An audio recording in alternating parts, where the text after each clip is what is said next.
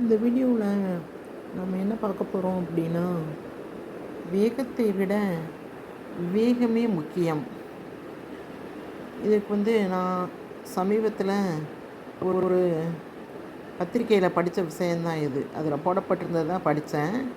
பிடிச்சிருந்தது. அதை உங்களோட இப்போ நான் ஷேர் பண்ணுறேன். எப்படின்னா, ஒரு நேர்காணல், அதாவது ஒரு இன்டர்வியூ நடத்தப்பட்டது. அந்த இன்டர்வியூவில் பலரும் கலந்துக்கிட்டாங்க.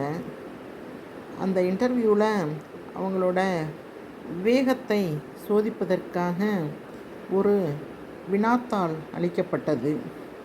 அந்த வினாத்தாளில் 10 கேள்விகள் இருந்தன. ஆனால் இந்த 10 கேள்விகளுக்கும் நீங்கள் விடையளிக்க வேண்டிய நேரம் 5 நிமிடங்களுக்குள் என்று சொல்லப்பட்டது.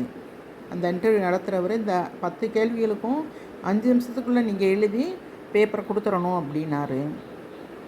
அப்போ உடனே எல்லோரும் வேக வேகமாக எழுத ஆரம்பிக்கிறாங்க.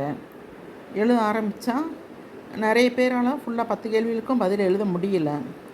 அப்போ எல்லோரும் எப்படி ஃபீல் பண்ணுறாங்கன்னா, எழுதுனவங்க சில பேர் 4 கேள்வி, சில பேர் 5 கேள்வி, சில பேர் 6 கேள்வி, அப்படி தான் வேகமாக படித்து எழுதுனாங்க.